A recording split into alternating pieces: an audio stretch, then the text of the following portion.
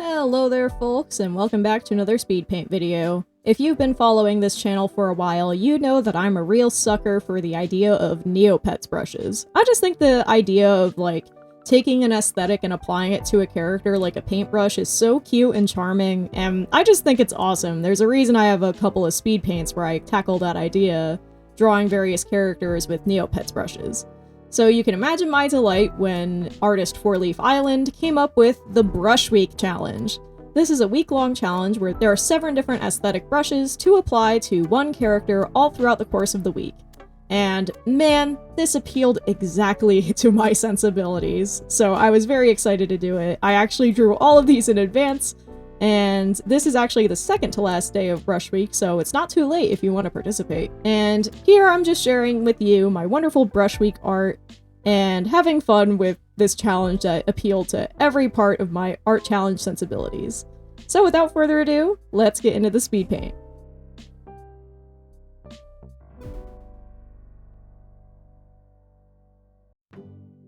First things first, I needed a character to make my subject for all 7 Brush Week paintings. And so after a lot of thinking, I ended up settling on a Pokémon, Porygon-Z. This is one I've actually been wanting to do a Neopets challenge with for a little while. I feel like it's simple and yet very possible to iterate on its designs. It has a lot of variables that you can customize, and I just love this little normal type. It's probably my favorite normal type ever. So I decided to tackle Porygon-Z. The first day is Cosmic, which is this wonderful silver, gold, and dark blue brush, and I love a spacey aesthetic. I just think this stuff is so fun. I just love this thing. So this was very self-indulgent for me. I made its eyes have a little star shape in the middle, and I made its little chest pattern instead of a circle. It also resembles a 5-pointed star. I had fun making these little gold accents on it, as well as a little bit of silver and the space pattern. Overall, this is just a very simple design that appeals, again, a lot to my sensibilities. This challenge was really made for someone like me in mind, and I just love it. This little spacey guy feels just right for Porygon-Z as well. Since its computer virus thing gives that sci-fi vibe, I feel like the space vibe goes really well with it.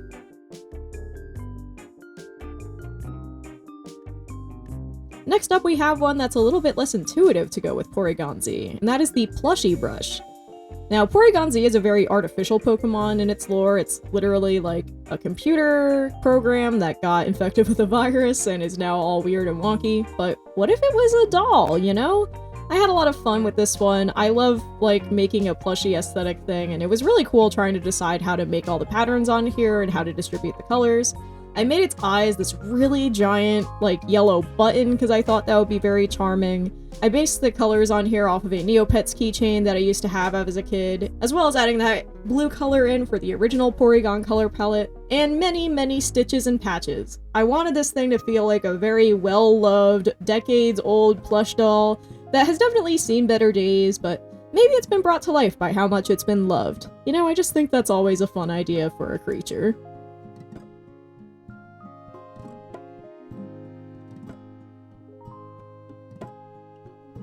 Next up, we have the Garden Brush, which has this very, like, foresty vibe that I really quite enjoy.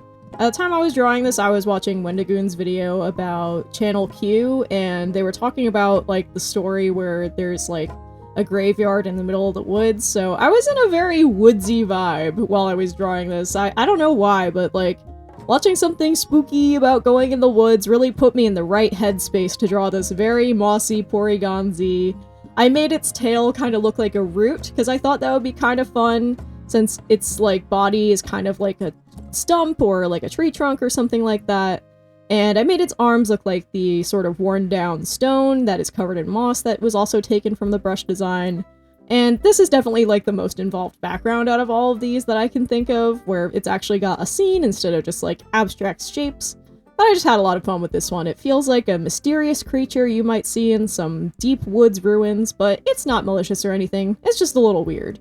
I just had a lot of fun with this one. This one was so cool. It was very funny having, like, the 4D experience of working on a foresty sort of drawing while also watching/listening to a video that was talking about spooky events in the forest, so overall it was just a very fun little time.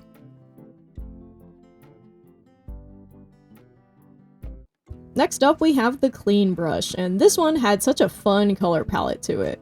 I actually haven't done like a clean core design yet for this channel, even though it's actually kind of been on my to-do list to make like clean core or soapy sort of designs for Pokemon or other characters, so this was a good excuse to finally break the ice and get into that.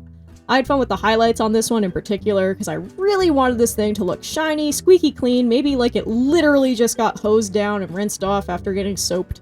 And it was crazy trying to come up with different textures for all different parts of its body, like the standard pink that you would expect from Porygon, but then also like the water droplets and like the kitchen counter / bath tile sort of vibe. Overall, this one was just very fun. I feel like a lot of like the bubbly elements kind of remind me of like Frutiger Arrow a little bit. This is Frutiger Arrow adjacent to me. I feel like it's not outdoorsy or grassy enough to really be in the Frutiger Arrow movement.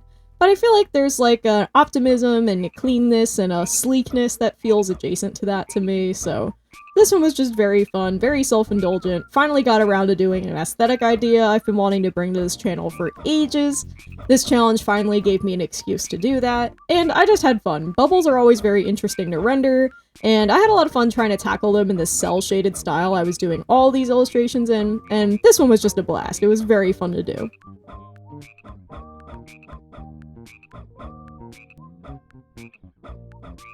Next up, we have the Wretched brush, and this one was just a lot of fun. It's got a very devilish, impish aesthetic, and I thought it would be fun to give Porygon-Z these little bat wings instead of arms. I thought it would be fun to make its tail kind of like a devil tail. And this color palette is simple, but tried and true. Black, silver, and red go together so well. I thought it would be so fun to give it like a goth collar sort of vibe with the ring on its neck. Neck doesn't seem like the right word, but you know, Porygon-Z has very strange anatomy. I gave it a little angry expression because I thought that was very fitting.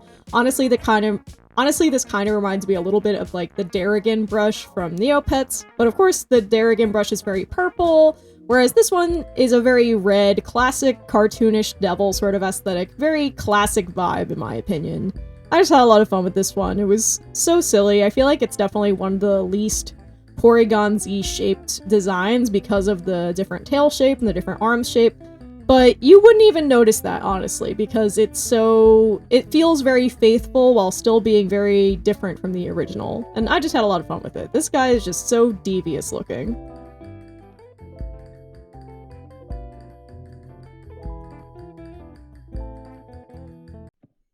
Next up, we have the Lagoon brush, which has this wonderful beachy vibe.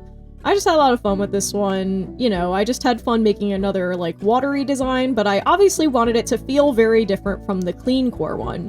While the clean brush is very, like, indoorsy, like a bathroom, this one is more like an outdoorsy beach vibe.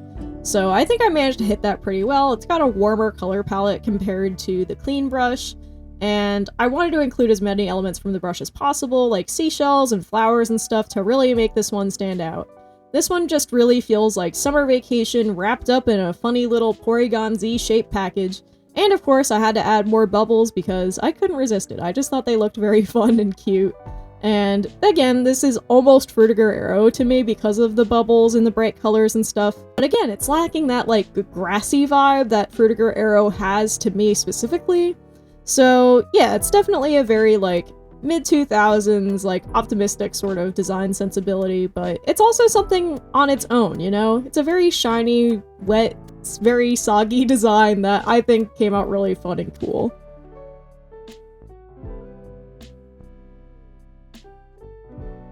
The last design for Brush Week is the Lovely brush, and this one I actually tried to make it feel like a parallel or a counterpart to the Wretched brush, because it's another red one.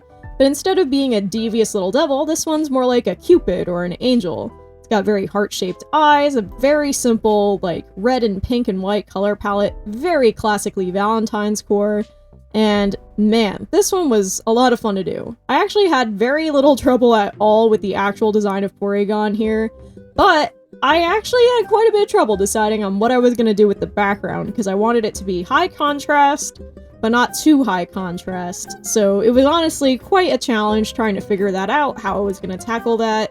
Eventually I settled on a fairly dark red background with a accent shape to help bring out Porygon from the background a little bit. And man, I just love putting a shape on a background. I feel like it makes composition so good. It's such a nice, simple tool to make a composition way more interesting and give a more obvious focal point. So I had a lot of fun with this one. It definitely gave me a surprising amount of challenge with the background here, but I thought it came out really cute. It's a very fun, Cupid-like, angelic, candy-adjacent design to me. Like, this feels like it could, like, have the same texture as, like, those little candy hearts people make for Valentine's Day. It's just very cute. I gave it a little bit of blush also, because I thought that would be really, really adorable, and I think it was, because, man, this is such a cute little design. I'm really happy with how it came out.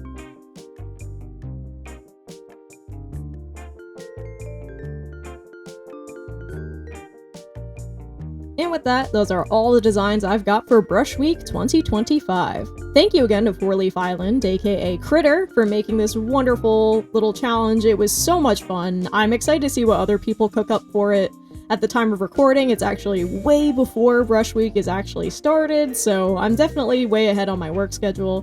But I'm sure by the time that this video comes out, I'll have seen some really wonderful art from everybody, because this challenge was truly a lot of fun. Thank you to my Ko-fi members for helping to make this video possible. My Ko-fi members help make my life a little bit more stable and help me achieve my dream of making art into my main living by supporting the channel directly, so thank you. If you would like to join them, you can check out my Ko-fi page, where of course I have memberships, as well as commissions, a shop, and a blog for you to follow for free if you want to see what kind of updates I've got going on in my life and my art projects. I've also got a VGen account now, so if you'd like to commission me over there and help me get verified, please go check out my page. At the time of recording, I'm still trying to hit the follower threshold, as well as get more reviews for my commission services, so that way I can become verified. So if you'd like to help me reach verification on VGen so I can offer even more commission types and post even more art over there, please go give me a follow and maybe consider commissioning me so I can hit my goals. I've also got art with Arthropods at Insectropolis coming up over the next year. The next class will be on January 11th. There are also some other classes available for you to sign up that'll be taking place in March and June. So if you want to sign up in advance for a bunch of fun different bug classes, where you'll get to hang out with some animals and make some fun art, I highly recommend going to check that out. The class is for anybody regardless of their artistic skill, so whether you're a total noob who hasn't drawn since you were in school, or you're an experienced illustrator looking to get better at drawing different animals, feel free to come join us. It'll be a very fun and relaxing time. Speaking of classes, I will also be returning with my Color Club classes with the Leaping Fae very soon. So you can go check out the leapingfae.com/events to learn about what dates those classes will be taking place, and you can sign up there in advance so you don't forget. It's going to be an online class, so anybody in the world can join us. I'll be talking about the basics of visual art, and we're going to analyze a bunch of pieces together, so this is a lecture series with some analysis towards the back half of each class. So if you'd like to join me for my Leaping Fae Color Club lecture series, and just have fun making art together, I highly recommend going to check it out. Again, you can go check that out at theleapingfae.com/events, and I really hope to see some of you guys there. We're going to have a very fun time. And with that, that's all that I've got for you guys today, so thank you all again so much for watching. I hope to see you guys next week, and I suppose next year, with another speed paint video. So in the meantime, why don't you guys go out there and make some art.